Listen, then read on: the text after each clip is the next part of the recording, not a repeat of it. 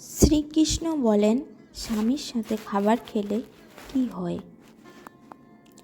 বন্ধুরা, আমাদের হিন্দু ধর্ম এবং প্রাচীন শাস্ত্রে জীবনযাপনের প্রতিটি ছোটোখাটো কাজের পিছনে গভীর রহস্য লুকিয়ে আছে।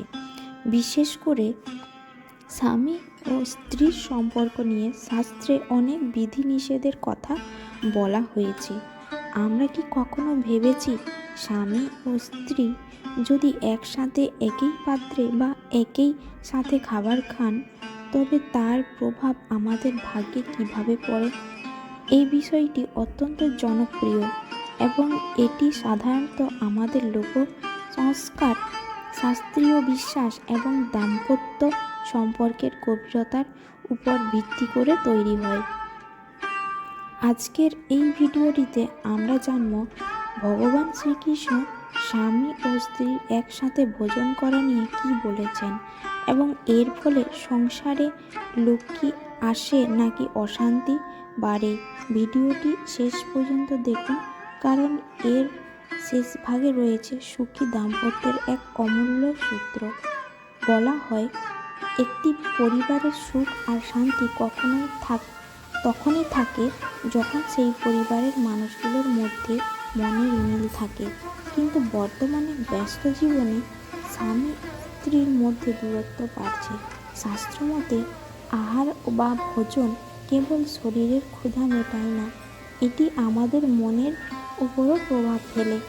তাই শ্রীকৃষ্ণের কাছে যখন এই বিষয়ে জানতে চাওয়া হয়েছিল, তিনি অত্যন্ত গভীর এক সত্য কথা প্রকাশ করেছিলেন।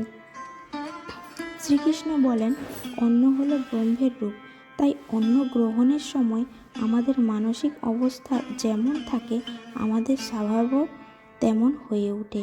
স্বামী ও স্ত্রী একসাথে ভোজন করা নিয়ে শ্রীকৃষ্ণ তিনটি প্রধান দিকের কথা বলেছেন।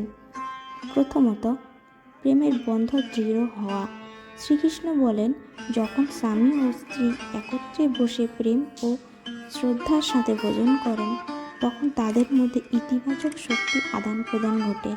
এটি কেবল তাদের শারীরিক তৃপ্তি দেয় না, বরং তাদের আত্মা ও মনের মিলন ঘটায়। এতে পারস্পরিক বিশ্বাস ও ভালোবাসা বহুগুণ বেড়ে যায়। দ্বিতীয়ত হল সংসারের লক্ষ্মীর বাস।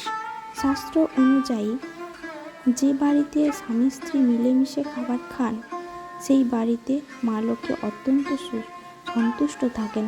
যেখানে কলহ নেই, সেখানে খাবারের প্রতি শ্রদ্ধা আছে এবং স্বামী স্ত্রী একে অপরের পরিপূরক হিসেবে খাবার গ্রহণ করেন, সেখানে দারিদ্র্যধারে কাছেও ঘেঁষতে পারে না। তৃতীয়ত হলো শক্তি ও ইতিবাচকতা। শ্রীকৃষ্ণ শিখিয়েছেন, স্বামী ও স্ত্রী একে অপরের অর্ধাঙ্গিনী এবং অর্ধাঙ্গ, অর্থাৎ তারা একই শক্তির দুটি রূপ। যখন তারা একসাথে আহার করেন, তখন তাদের দুজনের তেজ বা শক্তি একত্রিত হয়ে সংসারের যাবতীয় নেতিবাচক শক্তিকে দূর করে দেয়। তবে এখানে একটি বিশেষ কথা মনে রাখা প্রয়োজন। মহাভারতের শান্তি পর্বে ভীষ্ম পিতামহ বলেছেন, স্বামী ও স্ত্রী যদি একই থালা থেকে খাবার খান, তবে তা কখনো কখনো আসক্তি বাড়িয়ে দিতে পারে, যা কর্তব্যের পথে বাধা হয়ে দাঁড়ায়।